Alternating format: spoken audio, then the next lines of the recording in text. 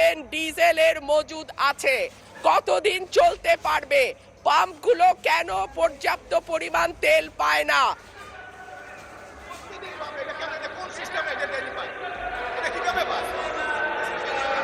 মাননীয় স্পিকার, আপনাকে অসংখ্য ধন্যবাদ। মাননীয় স্পিকার, কাদম্বরী মরিয়া প্রমাণ করিল যে কাদম্বরী মরে নাই। আমাদের তেলের দাম শেষমেশ বৃদ্ধি হইল মাননীয় স্পিকার, কিন্তু তার আগে আমরা দেখলাম কয়েক কিলোমিটার জুড়ে লম্বা লাইন। আমরা দেখলাম মাঝরাত পর্যন্ত ড্রাইভাররা দাঁড়িয়ে আছে, তারা তেল পাচ্ছে না, কিন্তু সরকারের সেই ব্যাপারে কোনো হেলদোল নাই। আশ্চর্য হয়ে লক্ষ্য করলাম মাননীয় স্পিকার, মন্ত্রীরা যখন সংসদে বক্তব্য দেন তখন তারা অবলীলায় বলেন বাংলাদেশে জ্বালানির কোনো ঘাটতি নাই, কিন্তু মাননীয় স্পিকার যখন তেল নিতে যায় তখন দেখা যায় 3 কিলোমিটার লম্বা লাইন। মাননীয় স্পিকার, সরকার সম্ভবত কিছু পদক্ষেপ গ্রহণ করবার ঘোষণা দিয়েছে। তার একটা হচ্ছে মার্কেট প্লেস 7টা বাজে বন্ধ করে দেয়া।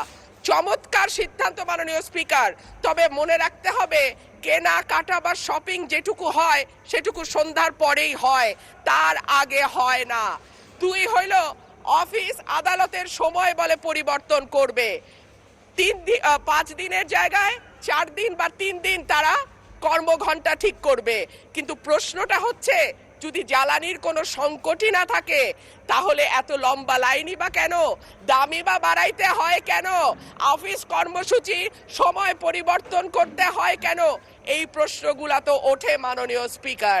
মাননীয় স্পিকার, আপনার মাধ্যমে এই সংসদের কাছে আমি জানতে চাই, জ্বালানি মন্ত্রীরা যখন গণমাধ্যমে কথা বলেন তখন মনে হয় বাংলাদেশে আল্লাহর রহমতে কোনো সংকট নাই। ওনারা যদি পরিষ্কার করে বলেন বাংলাদেশে বর্তমানে কত দিনের অকটেন ডিজেলের মজুদ আছে, কতদিন চলতে পারবে? পাম্পগুলো কেন পর্যাপ্ত পরিমাণ তেল পায় না? তেলের মজুদদারি। ধন্যবাদ মাননীয় সদস্য। মাননীয় চিফ হুইপ প্লিজ আপনারা বসেন দয়া করে। মাননীয় চিফ হুইপের মাইকটা দেন please.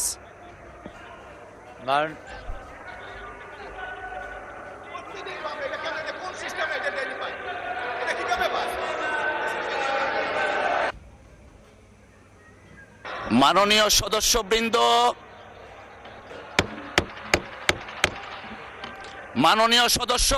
Please let us discipline.